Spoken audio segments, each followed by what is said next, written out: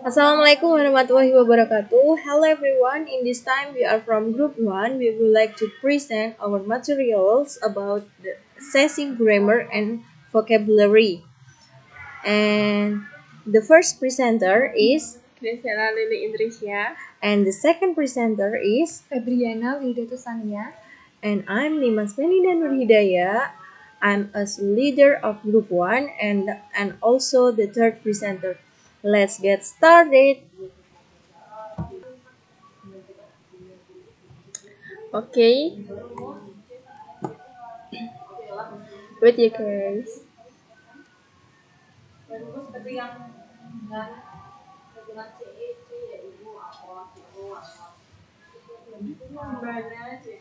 Okay. The first one is assessing grammar. In terms of assessment, grammar is central to language description and test taker performance. The knowledge of grammar is evaluated by its correct use in communication through listening, speaking, reading, and writing in second language. Grammatical knowledge consists of three elements. The first one is grammatical form, or the structures of a language. Form is both morphology, or how words are formed, and syntax, how words are strung together. Both of them are concerned with the linguistic accuracy of language. The second one, the grammatical meaning of those forms.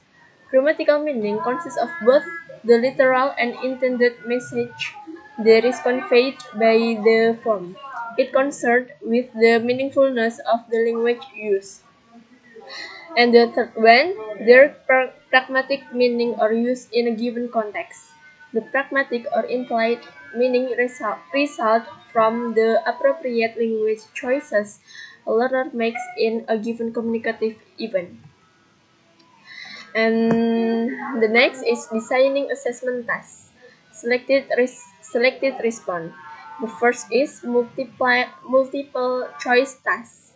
The most common selected response task present a blank or underlined word in a sentence, and the test taker must choose the correct response from the options that are given. And the second, discrimination task or true or false.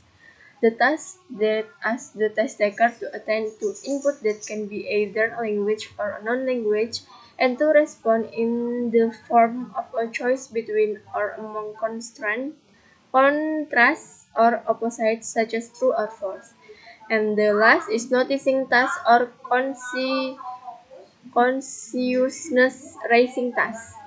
Test takers are asked to indicate or underline or circle that they have identified a specific feature in the language sample. Tanganmu tak ketok no? Gimana?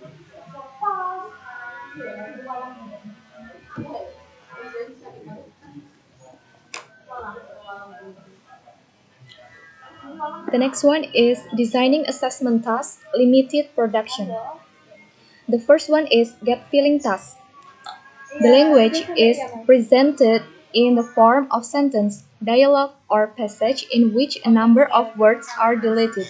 The test taker must choose the appropriate response for the deletion or gap based on the context in which language is presented. The second one is short answer task. The input is presented in the form of a question following reading passage or oral or visual stimulus.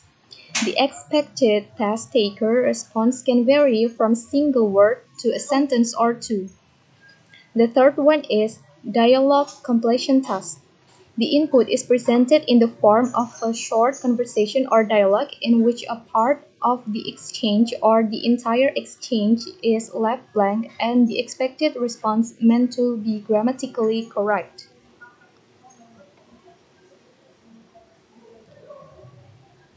The next one is extended production. The first one is 5-point scale for assessing syntactic knowledge, and the second one is information gap test, presents the input in terms of incomplete information. That is, one test taker is given half or some of the information and another test taker is given complementary information. Both test takers then have questioned each other to get all the information. And the next one is role play or simulation task. The input presents test takers with a language or non-language prompt that asks them to take on a role or stimulate a situation to solve a problem, make decision, or perform some transaction collaboratively.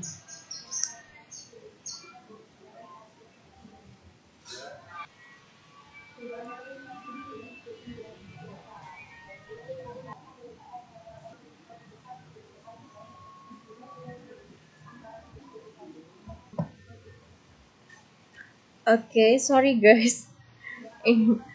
The laptop is like. And then the next is wait, okay. And the next is assessing vocabulary. Vocabulary assessment will help the teacher to get information on how much vocabulary learning has taken place in the class and whether the teaching process has been effective or not. And it is important to determine the reason of assessing vocabulary to make the assessment precise. By Ibadur Rahman 20 and 12.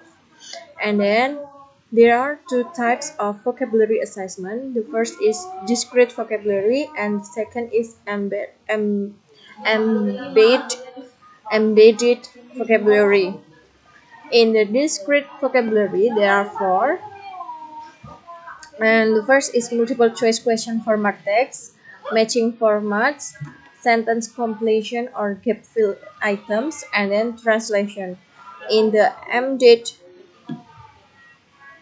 vocabulary, there are three: assessing vocabulary in reading comprehension, assessing vocabulary in writing, and assessing vocabulary in speaking. This is the example of multiple choice question format, and then matching format, gap fill items, translation, and assessing vocabulary in reading comprehension. And thank you very much. Do you have any question? And I'm as a leader of group 1. Thank you very much. And the last I say, wassalamualaikum warahmatullahi wabarakatuh.